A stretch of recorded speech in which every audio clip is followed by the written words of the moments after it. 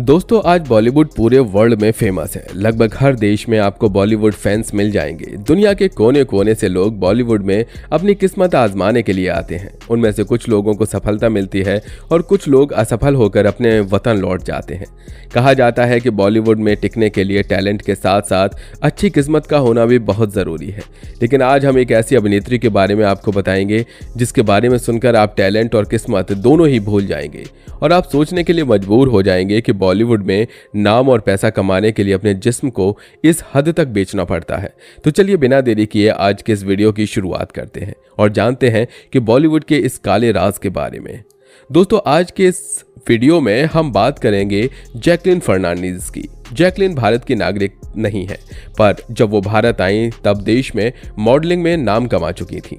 Jacqueline जब 19 साल की थी तब वो हॉलीवुड मूवी में हीरोइन बनने का सपना देखा करती थी, इसीलिए उसने एक्टिंग कोर्स भी किया था और कई शो में भी काम कर चुकी थी।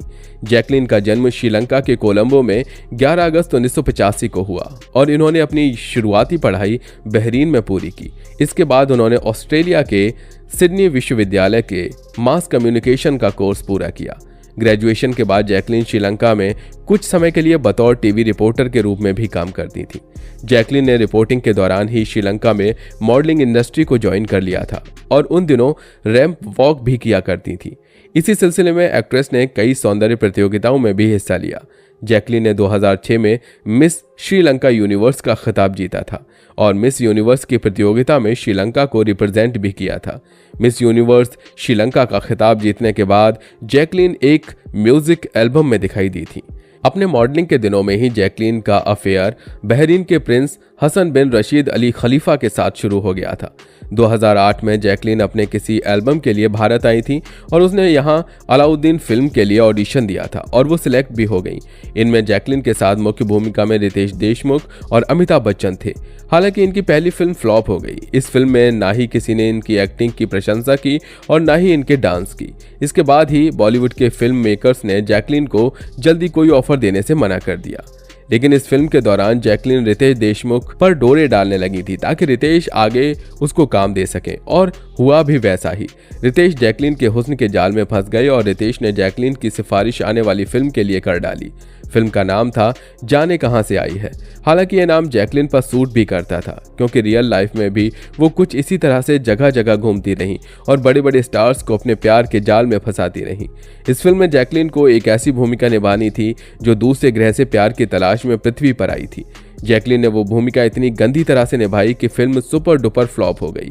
साथ में जैकलीन को बकवास भूमिका के लिए आलोचना का सामना भी करना पड़ा था। इस फिल्म में अपने खराब परफॉर्मेंस की वजह से वो आगे 4 से 5 साल तक बेरोजगार रही। फिर जैकलीन की मुलाकात साजिद खान से हुई, जिसके बाद साजिद ने उनकी फिल्म हाउसफुल में उन्हें एक आइटम सॉन्ग करने का मौका दिया।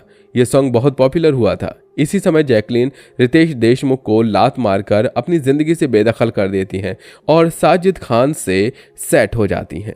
दोस्तों देखते जाना जैकलीन ने कितने लोगों को अपने जाल में फंसाया और काम निकालने के बाद छोड़ दिया। चलो आगे बढ़ते हैं। जैकलीन अब समझ गई थी कि उनका अपना फिल्मी करियर नहीं चल रहा है, इसलिए उसे साजिद खान को अपने प्रेम जाल में फंसाया और उनके साथ हम बिस्तर भी हुई ताकि फिल्म इंडस्ट्री में वो अपना पैर जमा सके। जाहिर सी बात है साजिद खान बड़े फिल्म डायरेक्टर में से एक हैं। फिर उसकी बहन फराह खान भी जानी मानी कोरियोग्राफर हैं और फिल्म मेकर हैं। साजिद खान से दोस्ती और प्यार के परिणाम के बदले जैकलीन को उसी साल महेश भट्ट की एक फिल्म मिल गई। वो फिल्म थी मर्डर 2 और यह मूवी जैकलीन की पहली सफल मूवी की लिस्ट में शामिल हो गई। इसके साथ साजिद खान जैकलीन के साथ रोज रातें रंगीन करता था और उसे किसी न किसी फिल्म में लीड रोल दे देता था, जिसमें से एक फिल्म हाउसफुल 2 भी शामिल है। हाउसफुल 2 में जैकलीन मुख्य भूमिका में दिखी थी। उसमें बड़े बड़े एक्टर और एक्ट्रेसेस थी, इसलिए वो मूवी भी एक सफल मूवी बनी। अब तक जैकलीन की 2 फिल्में सफल हो चुकी थी, लेकिन इस फिल्म में ना तो जैकलीन की तारीफ हुई और ना ही जैकलीन के होने से किसी को कोई फर्क पड़ा। इस फिल्म के बाद लोगों ने तो ये भी कह दिया कि छोटे ग्लैमरस रोल में भी जैकलीन कुछ नहीं कर पाई, तो ये एक्टिंग में भी कुछ नहीं कर पाएंगी। साजिद अब जैकलीन से शादी करना चाहता था क्योंकि इतने साल एक साथ बिताने के बाद साजिद के दिल में उसने एक अलग जगह बना ली थी। लेकिन जैकलीन की एक शर्त थी कि जब तक वो बॉलीवुड इंडस्ट्री में टॉप की एक्टर नहीं बन जाती तब तक वो शादी नहीं करेंगी, लेकिन हाँ वो दोस्ती करके शारीरिक संबंध जरूर बना सकती हैं। इसी के बाद उसको रेस मूवी दी जाती है और किस्मत से ये मूवी भी हिट हो जाती है। अब जैकलिन समझ गई थी कि अगर वो साजिद खान से शादी करती हैं तो बाद में उसे फिल्में भी मिलना बंद हो सकती हैं और साजिद खान को अगर कोई दूसरी लड़की पसंद आ गई तो वो जैकलिन को साइड में करना शुरू कर देगा। इसलिए रेस मूवी हिट होने के बाद जैकलिन खुद को धीरे धीरे साजिद से साइड करने लगी। वो साजिद को एक तरफ साइड में करती जा रही थी और दूसरी तरफ बड़े फिल्मों के मेकर साजिद नाडियाडवाला पर डोरे डाले जा रही थी, क्योंकि जैकलिन जानती थी कि साजिद नाडियाडवाला भी एक बड़ा फिल्म मेकर है और हिट फिल्म देने के लिए जाना जाता है। साजिद खान से रिश्ता तोड़ने की एक वजह यह भी थी। यहाँ साजिद खान जैकलिन पर शादी के लिए आए दिन जोर डालता था, जबकि जैकलिन उसी समय बिना शादी के ही अनेक मर्दों के साथ रातें रंगीन करके अपनी किस्मत चमकाना चाहती थी और उसी समय अब वो साजिद नाडियाडवाला के साथ भी प्यार की धुन बजाने लगी थी।